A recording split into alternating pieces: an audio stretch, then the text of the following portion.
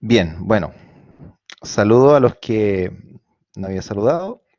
Les doy la bienvenida a esta clase, que va a ser una pequeña pincelada, podríamos decir, de lo que es la evaluación de la función endocrina. Los órganos endocrinos son de gran complejidad y el estudio por el laboratorio da mucha información respecto al estado fisiológico que tienen estos, ¿sí? Es por eso que, como les decía, en esta clase vamos a centrarnos principalmente en el eje hipotálamo, hipófisis, tiroides. Vamos a entender de que, ¿por qué se habla de un eje? Porque estos tres órganos funcionan de una manera coordinada, lo cual permite modificar y modular varias de las funciones del organismo. Vamos a comenzar entonces por el principio. Bueno, la gracia de los órganos endocrinos que se llaman es que estos también se denominan glándulas sin conducto o simplemente glándulas endocrinas porque sus secreciones se van a liberar directamente al torrente sanguíneo, ¿sí? La gracia de estas glándulas endocrinas es que producen mensajeros químicos que se denominan hormonas y que ayudan a controlar y a la regulación de diferentes sistemas, aparatos, órganos e incluso grupos celulares. En general, se habla de que estas glándulas o el sistema endocrino no tiene una localización específica, así que están distribuidas por todo el organismo.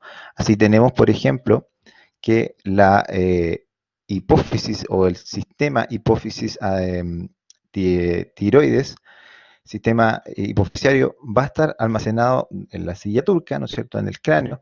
Otros, como por ejemplo la tiroides, están a la altura de la tráquea. El páncreas también se considera un órgano que tiene una parte endocrina. Las glándulas mamarias, las glándulas suprarrenales o también llamadas adrenales, y las glándulas asociadas a la reproducción, como son los testículos y los ovarios en el caso de la mujer, ¿ya? Todos estos órganos se consideran parte del sistema endocrino y vamos a ver que muchos de sus elementos también van a estar interconectados, o sea, no son funciones aisladas las que tienen. Bueno, para empezar, vamos a definir un poco la función que tiene el sistema endocrino. ¿Sí? En general, el sistema endocrino es un sistema de mensajería, podríamos decir, celular. Esta mensajería eh, ocurre en paralelo con otro sistema que también tiene la misma función, ¿sí? La gracia de esta mensajería es poder obtener una respuesta que puede ser, por ejemplo, una, eh, una respuesta frente a un estímulo externo, un cambio en algún componente homeostático, etcétera, etcétera, ¿sí? Ahora, como les decía, existe un sistema que es un sistema rápido, ¿sí?, de respuesta, que es el sistema nervioso y que principalmente sus señales están dadas por un sistema eléctrico o electroquímico, ¿sí?, a través de los neurotransmisores y a través de los potenciales de membrana. Por otra parte, el sistema endocrino también tiene esta función de mensajería, pero a través de mensajería química, los cuales corresponden a las denominadas hormonas. Entonces, el que emite este mensaje se le considera, se le llama una célula secretora, y quien efectúa la respuesta se le denomina célula blanco o célula efectora, ¿ya? En inglés le dicen célula target, pero es el mismo concepto finalmente, ¿sí? ¿Y cómo lo hace? ¿Cómo ejerce su respuesta desde el punto de vista celular? A través de la expresión de diferentes receptores, ya sea en la membrana, en el núcleo o en otros organelos citoplasmáticos. Ahora, el sistema endocrino tiene varias funciones.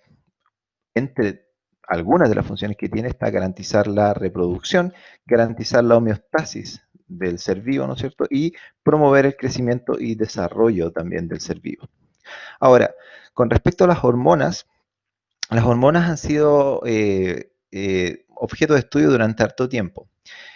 Comenzaron definiéndose como esto que está acá, ¿no es cierto? Una hormona, una sustancia química producida por tejidos especializados, perdón, y secretada en el torrente sanguíneo, la cual es conducida hasta los órganos blancos. Sin embargo, esta definición es un poco ambigua porque existen algunos sistemas no hormonales que ejercen este mismo efecto y que no siempre caen en esta categoría. Por lo tanto, se plantea una segunda definición, ¿ya?, que habla de una sustancia química producida en el cuerpo, ya sea por un órgano, células de un órgano, células dispersas que tienen un efecto regulador específico de uno o varios órganos y sistemas. Sin embargo, este concepto también puede aplicarse, por ejemplo, a algunas moléculas del sistema nervioso, ¿ya? Por lo tanto, hoy en día una definición más simple y más acertada de lo que es una hormona es una sustancia química no nutriente capaz de conducir información entre dos o más células.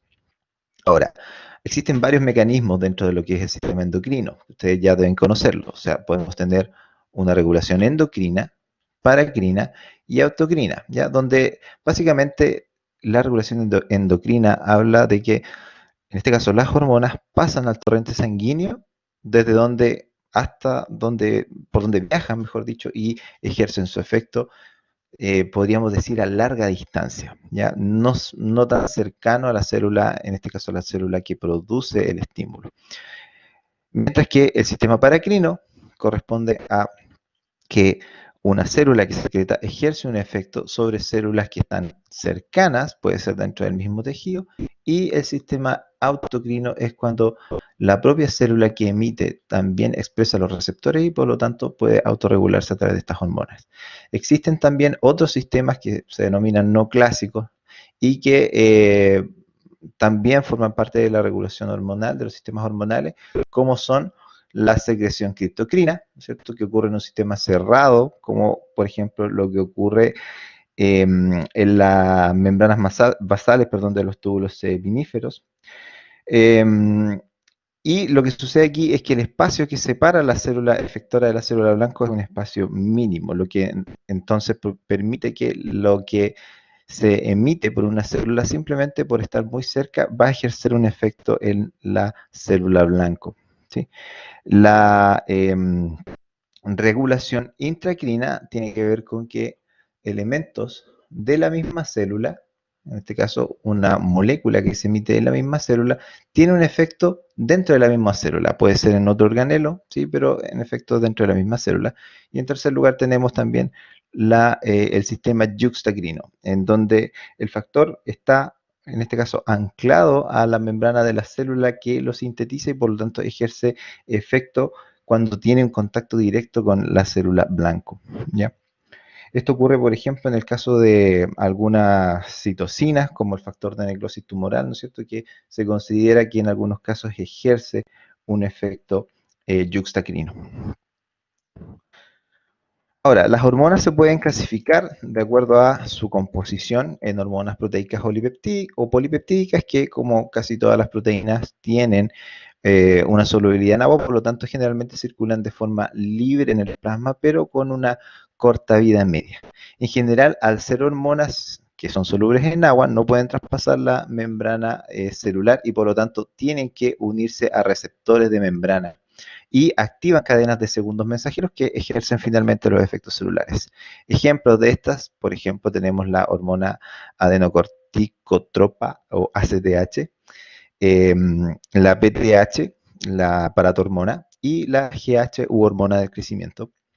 Tenemos también las hormonas esteroidales, las cuales obviamente están basadas en el anillo esteroidal, en el ciclopentano-pedrilofenantreno, mismo que por ejemplo da base al colesterol. De ahí que estas hormonas tengan una íntima relación con el colesterol circulante, ¿sí? Son por lo tanto hidrofóbicas y al ser hidrofóbicas necesitan de proteínas para poder transportarse en el plasma. Su vida media ya es un poco más prolongada y como son de tipo lipídico, pueden traspasar la membrana celular y por lo tanto pueden ejercer muchas veces efecto directamente al unirse a receptores que actúan a nivel del núcleo. Esto quiere decir que no necesitan receptores de membrana a diferencia de las hormonas proteicas. Por ejemplo, tenemos aquí el cortisol, estrógenos, testosterona, ¿sí? Hormonas sexuales.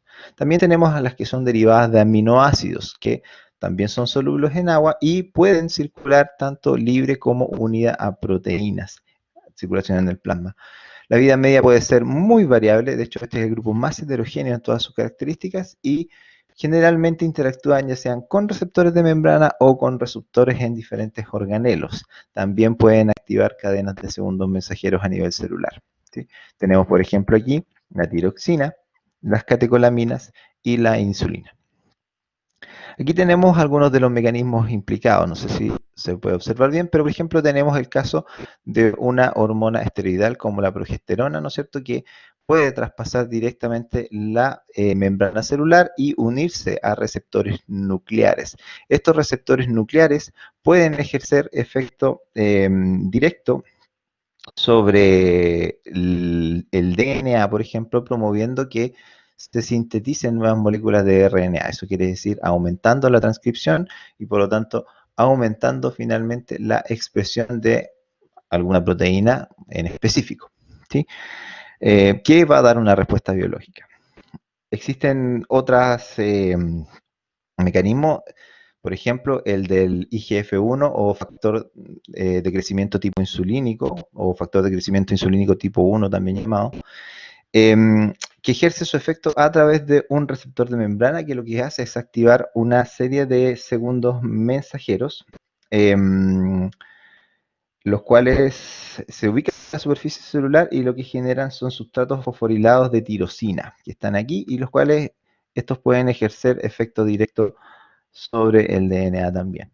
Otras hormonas como la hormona luteinizante, la LH, son recepcionados a nivel de membrana y generan cadenas más clásicas de segundos mensajeros, como es el sistema del AMP cíclico. Ya que el AMP cíclico es uno de los segundos mensajeros, por así decir, más estudiados porque es uno de los, podríamos decir, más utilizados dentro de los sistemas celulares. A través de la activación de diferentes cadenas de fosforilasa, estos también pueden ejercer efectos directos sobre el DNA, promoviendo la síntesis o regulando la síntesis de epina.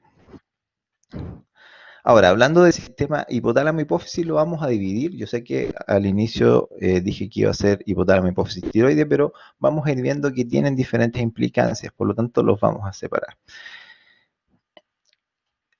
La hipófisis, también llamada glándula pituitaria, está compuesta principalmente por dos lóbulos, ¿sí?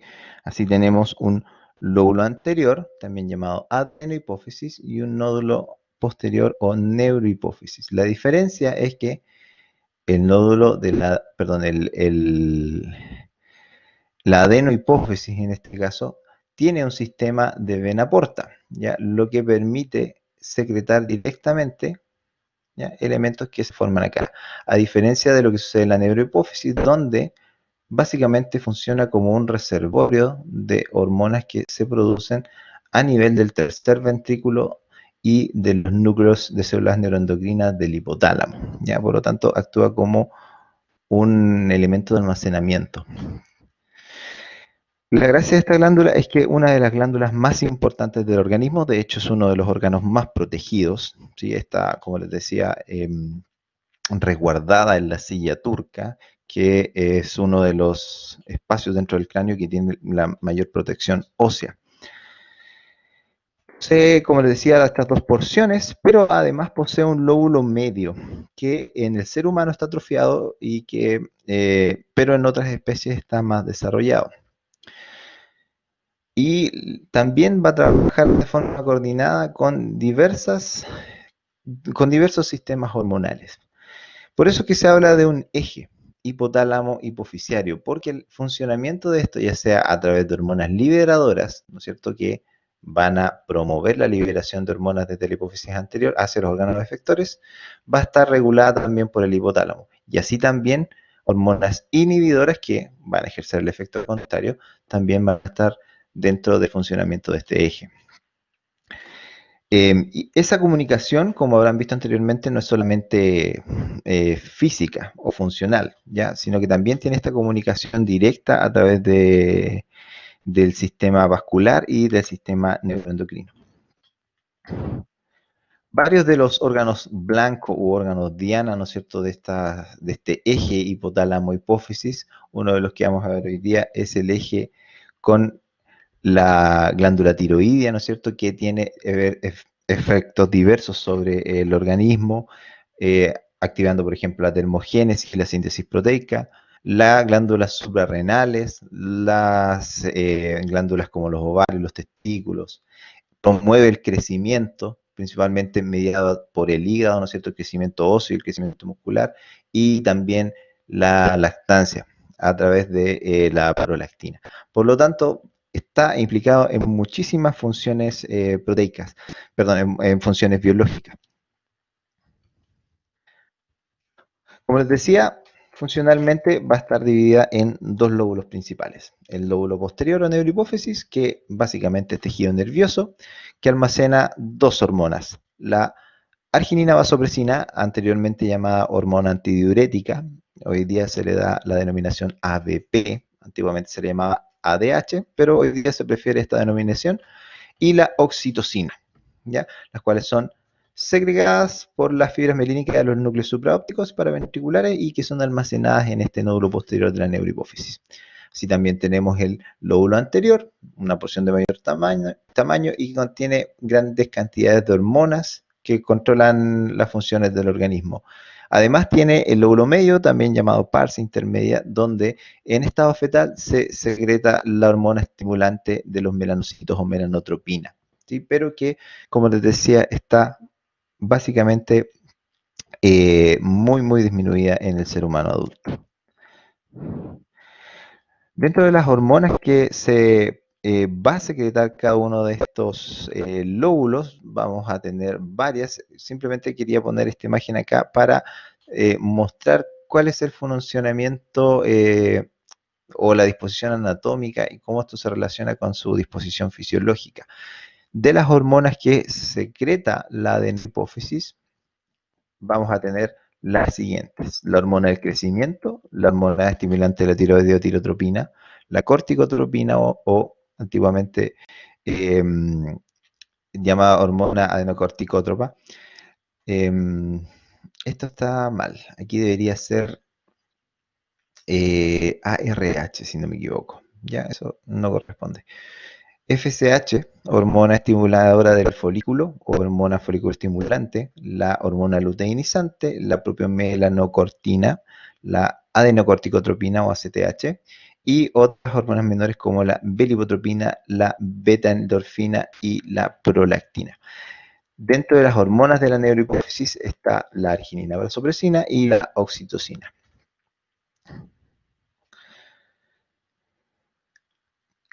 ¿Cómo van a relacionarse entonces estos dos tipos de hormonas? ¿Sí? Tanto la, del hipotálamo y de la adenohipófisis. Tenemos, por ejemplo, que la CRH lo que hace, ¿no es cierto?, es permitir la liberación de la ACTH u hormona adenocorticótropa, ¿no es cierto?, ejerciendo el efecto sobre la corteza adrenal. ¿Sí? ¿Qué hace esto? Que se libere finalmente cortisol desde la corteza adrenal. Así también, para que se libere hormona estimulante de la tiroides, debe secretarse desde el hipotálamo la hormona liberadora de TSH, ¿ya? O también llamada TRH, la cual tiene finalmente la TSH su efecto sobre las células tiroideas, generando tirosina con Z, no corresponde, es con X, tiroxina y triotironina, o también conocida como T3 o T4. Así se fijan que existen varios sistemas. Generalmente las hormonas hipotalámicas reciben una R, si se fijan, esa R viene de release, porque de release, que significa liberación. Por lo tanto, son hormonas que permiten la liberación desde la hipófisis de otras hormonas que van a ejercer efecto a nivel de tejidos más distales. Entonces, yendo en más detalle en cada una, vamos a tener del lóbulo anterior la hormona del crecimiento, que, como su nombre lo dice, es la hormona encargada de regular el crecimiento esquelético y que va a ser neutralizada paulatinamente durante la adolescencia por las hormonas gonadales, como por ejemplo la somatostatina y el factor de crecimiento insulínico tipo 1. La tirotropina se encarga obviamente de la estimulación de la producción de hormonas tiroides que vamos a ver a posterior ejercen varios efectos. La hormona luteinizante, que en hombres va a estimular la formación de las vías ováricas, perdón, en mujeres, y en hombres estimula los tejidos del testículo para la producción de testosterona. Del lóbulo anterior seguimos la FSH o folículo estimulante, que induce la formación del folículo de Graf ovárico y en el hombre permite el desarrollo de los espermatozoides. La proopiomelanocortina, que es precursor de la CTH, la beta-endotropina y la beta-lipotropina. Y como su nombre lo dice, son elementos asociados a los opioides, ¿sí? La hormona adenocorticotropina, ¿sí? Que controla la actividad de la corteza suprarrenal, participando en reacciones principalmente asociadas al estrés, relacionadas también con el cortisol. La beta-endorfina, que como les decía es un opioide endógeno, es una endorfina, por lo tanto tiene un efecto analgésico similar al que tienen los opiáceos, o sea, las drogas derivadas del opio, así como la morfina, que también tienen efecto analgésico. La beta-litotropina, que estimula la producción de melanina y aumenta la movilización de lípidos. Y finalmente, la prolactina, que inicia la secreción mamaria durante la lactancia y también tiene que ver con el comportamiento maternal. El comportamiento de apego se ha visto que tiene alguna relación también con prolactina. Dentro del lóbulo posterior, ¿por qué tiene un asterisco esto? Porque hay que hacer notar de que el lóbulo posterior no sintetiza hormonas, solamente almacena las hormonas producidas en las neuronas magnicelulares de los núcleos paraventriculares y de los núcleos supraópticos también. Por lo tanto, siempre tener presente que no se producen estas hormonas que voy a mencionar posteriormente. ¿Cuáles son estas? Tenemos la arginina vasopresina o hormona antidiurética, que lo que hace es favorecer o estimular la reabsorción de agua a nivel de los túbulos renales, controlando la cantidad de orina que se excreta.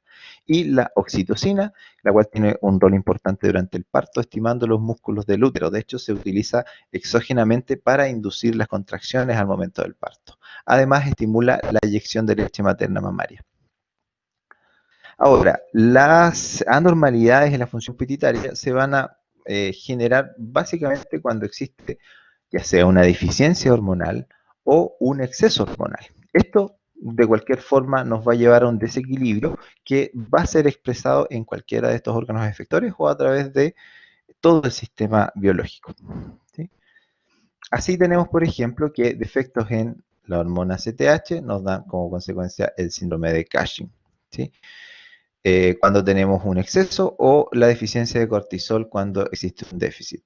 Otras más conocidas, la TSH, genera cuando hay exceso el hipertiroidismo central y cuando hay déficit hipotiroidismo central. Ya vamos a ver que el término central tiene que ver justamente con que estas son hormonas que se secretan a nivel de la hipófisis. Así también existen varias que vamos a ver, como por ejemplo la deficiencia de ADH o de ABP, de arginina vasopresina, que lleva a la diabetes insípida y cuyo aumento lleva al síndrome de secreción inadecuada de ADH. Ahora, este eje hipotálamo-hipófisis, ahora relacionado a la hormona del crecimiento, ¿sí? Principalmente ejerce su efecto con la mediación hepática, ¿ya? A través de esta molécula que se llama Insulin Growth Factor Type 1 o factor de crecimiento insulínico tipo 1. También se le llama somatomedina, ¿sí? Lo que hace finalmente se une a proteínas que pueden ser de varios tipos, como una de las más comunes, la más predominante, es la BP3, que es proteína de unión de tipo 3 a factor de crecimiento insulínico, y que lo que hacen finalmente es estimular ya sea el crecimiento muscular, el crecimiento óseo, o también el catabolismo de los lípidos, ¿sí? La gracia que tiene IGF-1 que genera, ¿no es cierto?, un mecanismo de feedback negativo con la glándula pituitaria o la glándula hipófisis, ¿sí?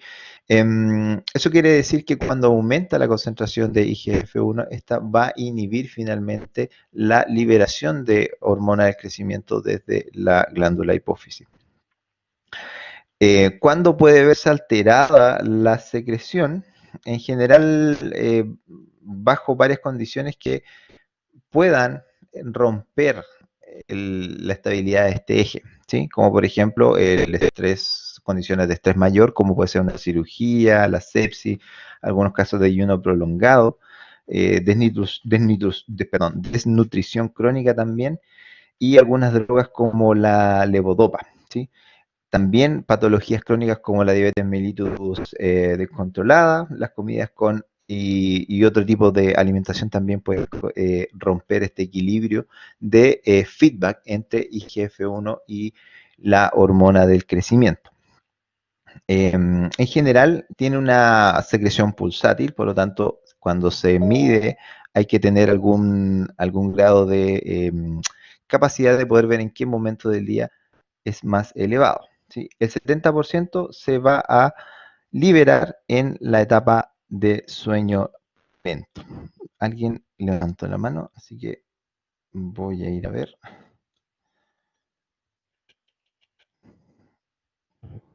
Puedo verlo. Aquí. Aquí.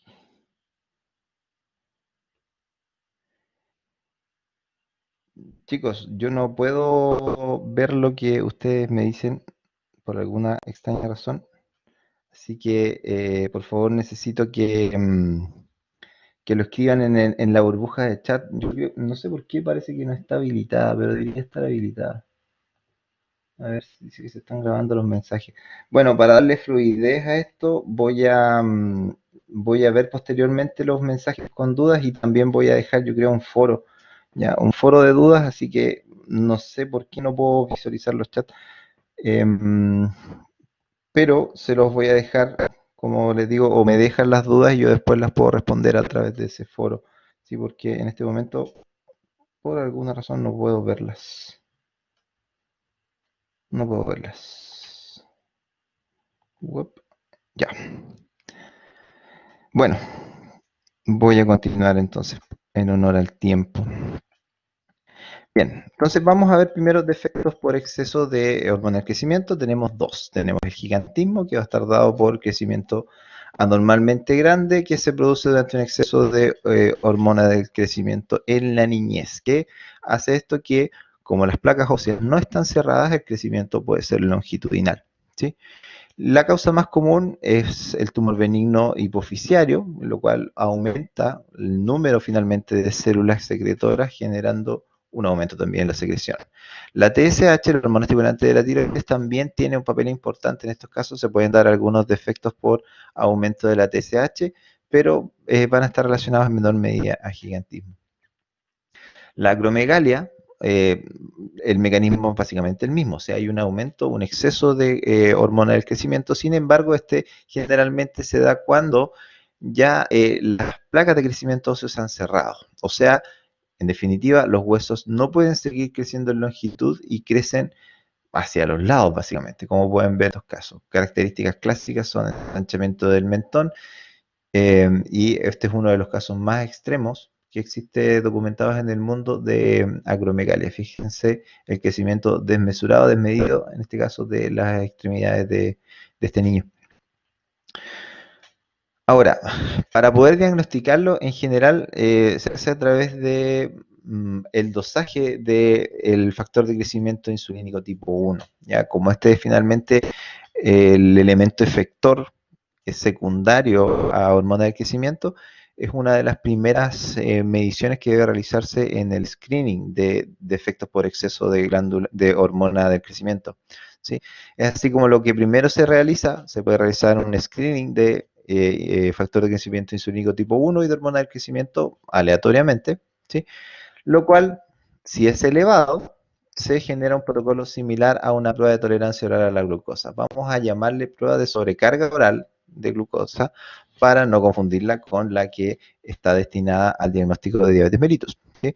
Como dato anexo, esa prueba de sobrecarga oral es más que nada un método previo a varios exámenes. Uno de esos va a ser, obviamente, asociado a el screening de diabetes mellitus, pero también se puede asociar, por ejemplo, a buscar otras patologías, como pueden ser defectos o curvas de insulina, por ejemplo. En algunos casos se pide prueba de sobrecarga de glucosa oral y no se pide glucosa, se pide simplemente la medición de insulina. Por lo tanto, si les piden una insulina, por ejemplo, en algún momento, una insulina postcarga, el protocolo es el mismo que en una prueba de tolerancia oral a la glucosa. O sea, se da la administración de 75 gramos de glucosa, de la misma forma que una prueba de tolerancia oral. Entonces, lo que se hace es una prueba de tolerancia donde se hace un dosaje de la hormona del crecimiento, ¿sí? En estado basal, Si la hormona del crecimiento es menor a 0,4 nanogramos por ml y el IGF-1 es normal, se excluye la acromegalia gigantismo y hay que buscar otro tipo de respuestas, ¿sí? Ya si, por ejemplo, al momento de realizar la sobrecarga de glucosa, lo que debe ocurrir, ¿no es cierto?, es que haya una supresión de la liberación de GH, de hormona del crecimiento, que es uno de los elementos que inhiben las comidas ricas en grasa y ricas en glúcidos, inhiben la secreción de hormona del crecimiento. Por lo tanto, si ocurre una adecuada supresión posterior a la prueba de tolerancia oral a la glucosa, se descarta la acromegalia o gigantismo. Si no existe esa supresión, generalmente se realiza una resonancia magnética de hipófisis, la cual, si se encuentra una masa hipofisiaria, se puede concluir que se trata de un adenoma hipoficiario, o sea, de una causa de crecimiento de masa, ya de masa ocupante, y cuando no existe esa masa hipofisiaria, generalmente puede ser debido a una causa extra hipofisiaria, ¿sí? Bien, entonces, en este caso, el fundamento, ¿no es cierto?, como les decía, es que la hormona de crecimiento se inhibe cuando aumentan los niveles de glucosa en sangre y por lo tanto los sujetos con acromegalia o gigantismo no muestran una adecuada secreción o supresión, perdón, de hormona de crecimiento. Para realizarlo se debe realizar después de una noche de ayuno con el paciente en reposo, se mide basalmente glucosa y hormona del crecimiento, se administra una solución de glucosa oral de 75 gramos y se mide la glucosa, la hormona del crecimiento haciendo una curva a los 30, 60, 90 y 120 minutos. ¿Cómo se interpreta? Si en el caso de un individuo que tenga valores de hormona del crecimiento entre 1 a 2 microgramos por litro, se considera normal. Aquí dice que eso ni siquiera alcanza a ser detectado por la mayoría de los métodos, o sea, está por sobre el límite de cuantificación inferior o límite bajo de cuantificación de la mayoría de los métodos. O sea, puede ser que incluso se marque como no detectado, ¿sí? En el caso de acromegalia no se muestra supresión o también se pueden dar con picos en la concentración de GH, que generalmente si se realiza esta prueba pueden desaparecer. Y se pueden dar falsos positivos, o sea que no ocurre la supresión adecuada de la hormona de crecimiento en pacientes con enfermedad hepática, uremia, con adicción a la heroína. Pueden darse resultados falsamente elevados, ¿sí? Para la deficiencia ahora ya de la hormona del crecimiento, que obviamente va a implicar un bajo crecimiento con generalmente proporciones corporales normales. Puede ser de tipo congénita o adquirida y también se debe principalmente causado por mutaciones, ausencia de la hipófisis o lesión cerebral de tipo breve. ¿Ya? En este caso, las magnitudes de laboratorios que van a tener más importancia también van a ser la hormona del crecimiento y el IGF-1. ¿Sí? También va a estar aquí una de las proteínas de unión, la proteína de unión más común, que es la IGF-BP3, ¿ya? La proteína de unión de tipo 3 a IGF. La causa más común es una causa idiopática, o sea, una causa que no está bien determinada en niños, pueden ser varias causas, y el adenoma pituitario en adultos, ¿ya? O adenoma hipofisiario, como se le llama también. En este caso, lo que se realiza para determinar si es que hay una disminución de hormona del crecimiento, va a ser el test de estimulación de hormona del crecimiento por ejercicio, porque el ejercicio rápido lo que hace es un aumento en las concentraciones de hormona del crecimiento en suero. Para el procedimiento, ojalá es preferible hacerlo durante la mañana, pero después de un ayuno que puede ser de toda la noche. Se le indica al paciente realizar ejercicio vigoroso durante 20 minutos. Finalmente, posterior a eso, se le extrae una muestra de sangre venosa y esta se analiza para nuevamente hormona de crecimiento, ¿sí? La interpretación, si la hormona de crecimiento es igual o mayor a 7 a 10 miligramos por litro, es muy improbable que haya una deficiencia. Hay que realizar una segunda prueba provocativa, eso quiere decir una segunda prueba de estrés con ejercicio. Y en adultos, las concentraciones de GH mayores o iguales a 5 microgramos por litro también se consideran normales, ¿ya? Por lo tanto, todos los niveles menores a eso van a tener asociada esta condición de un defecto de la disminución. ¿sí? Ahora, también se pueden realizar test farmacológicos. En este caso, uno de los más habituales son el test de tolerancia a insulina y el de clonidina, ¿sí? El test de tolerancia a insulina es una prueba similar, o no similar, pero puede ser paralela a la prueba de sobrecarga oral de glucosa, pero donde lo que se hace es dar una infusión de insulina por vía intravenosa. Generalmente esta infusión es controlada debido a lo peligroso que es realizar una sobrecarga de insulina a nivel circulante, ¿no es cierto? Puede llevar incluso a la muerte. También se han empleado test asociados, por ejemplo, a glucagón, a glucagón con arginina, etcétera, etcétera. También recordar que la hormona del crecimiento tiene una secreción circadiana, por lo tanto, generalmente los niveles más altos van a estar durante la mañana y es ahí donde tienen que, ojalá, poder hacerse las mediciones, ¿ya? Además, puede hacerse una variación del test fisiológico del ejercicio que se llama test de secreción integrada de hormona del crecimiento y que se puede hacer durante 24 horas o durante 12 horas en la noche con extracciones de sangre bajo cada 20 minutos, ¿sí? Debido a que durante el sueño existen picos de elevación de hormona del crecimiento, puede ser a veces una prueba útil cuando, por ejemplo, se obtienen resultados confundentes con esta prueba simple por ejercicio.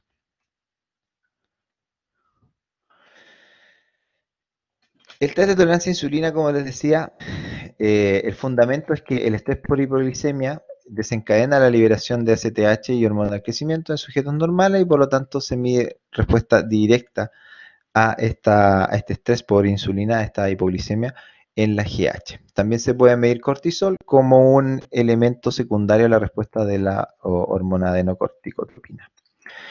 Se realiza después de una noche de ayuno, se realiza medición de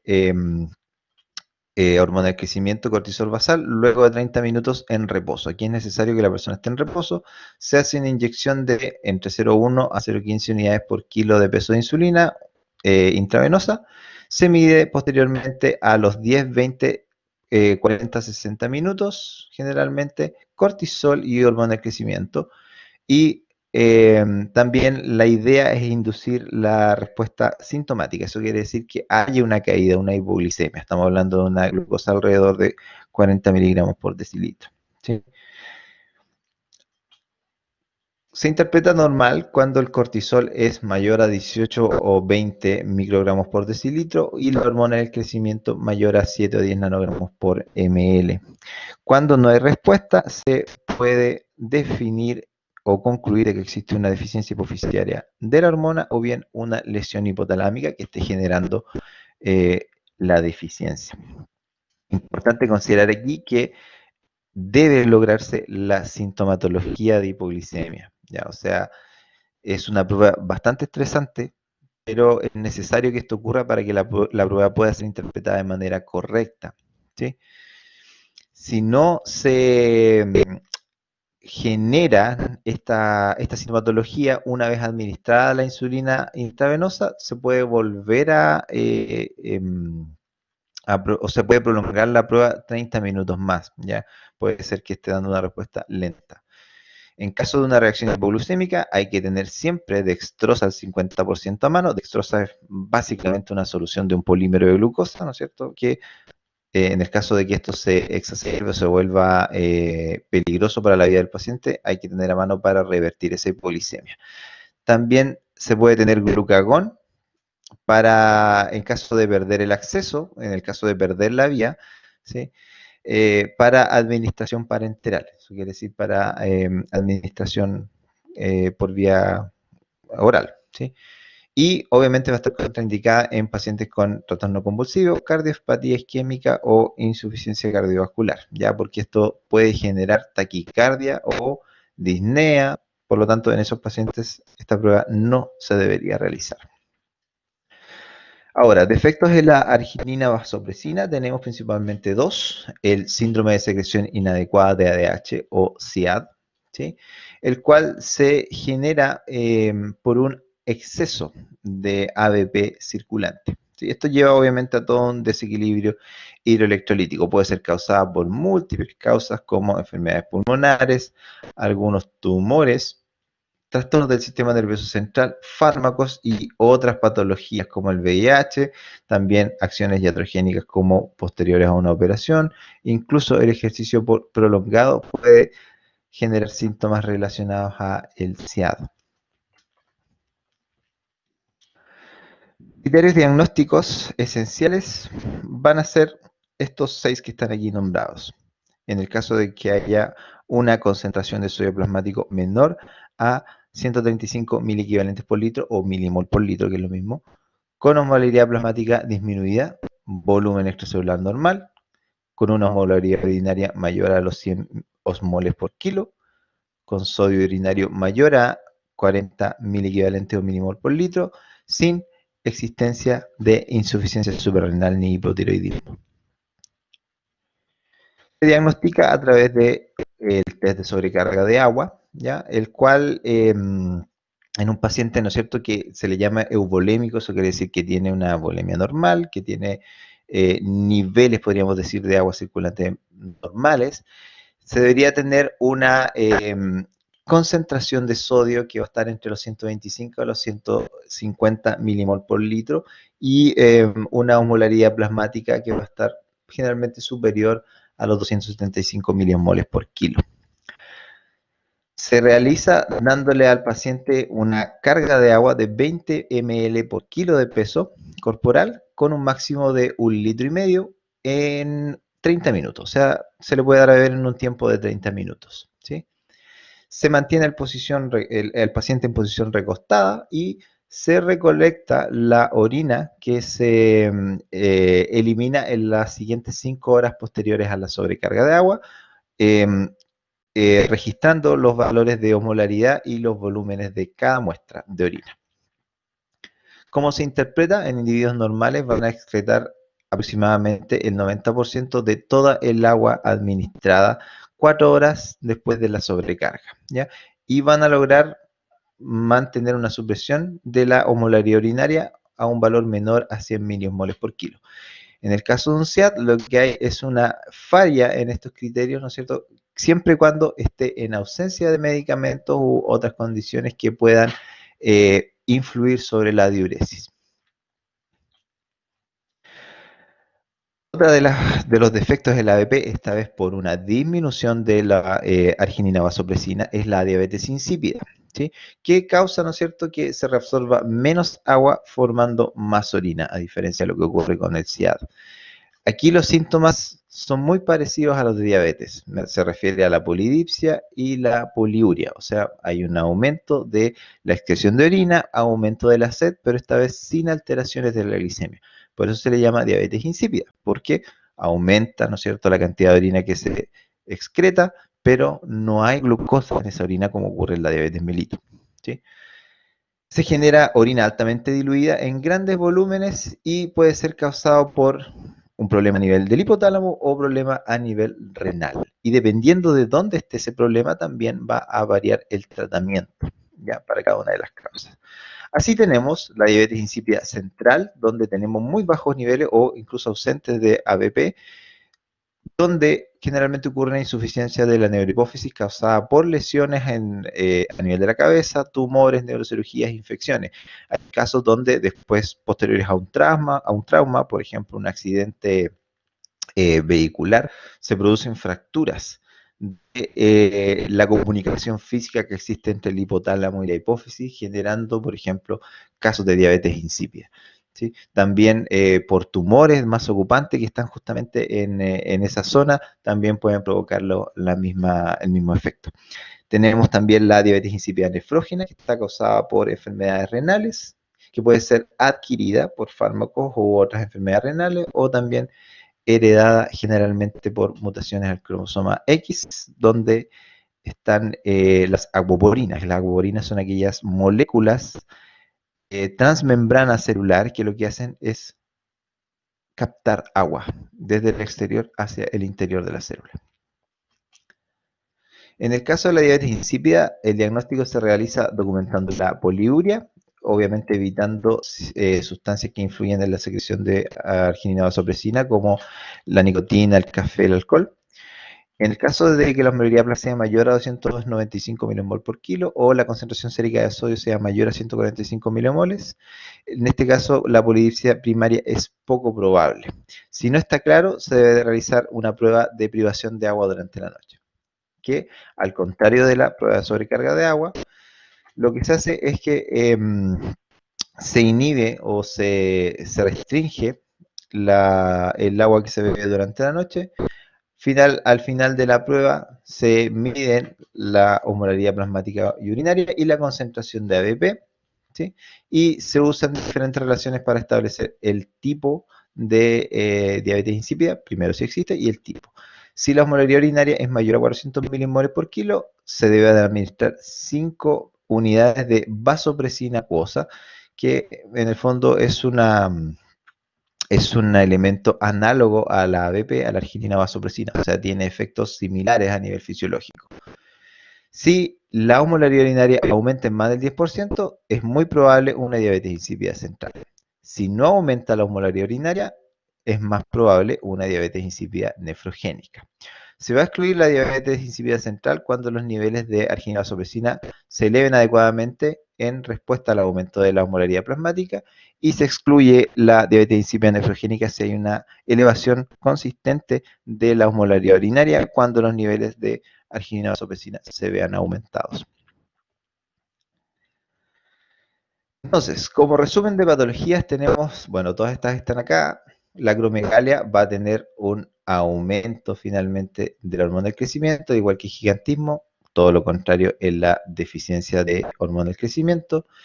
En cuanto a la arginina vasopresina, un aumento va a generar un síndrome de secreción inadecuada de hormona antidiurética, la disminución, una diabetes insípida, y existen otras como por ejemplo el síndrome de Sheehan, en el que ocurre un infarto hipofisiario, secundario por ejemplo a una hemorragia posparto, o sea, hay una pérdida de la función hipofisiaria secundaria a una necrosis derivada de una isquemia, ¿sí? También un adenoma hipofisiario. Los adenomas, al ser células malignas, generalmente van a hacer que estas células crezcan, tanto en número como en forma, ¿no es cierto? Secretando sin control de elementos, por lo tanto hay un aumento, en este caso, de cualquiera de las hormonas implicadas, y el hipopituitarismo, ya que en el fondo es una disminución del tamaño anormalmente, que ocurre normalmente de la hipófisis. También vamos a tener obviamente una disminución asociada a cualquier hormona hipofisiaria.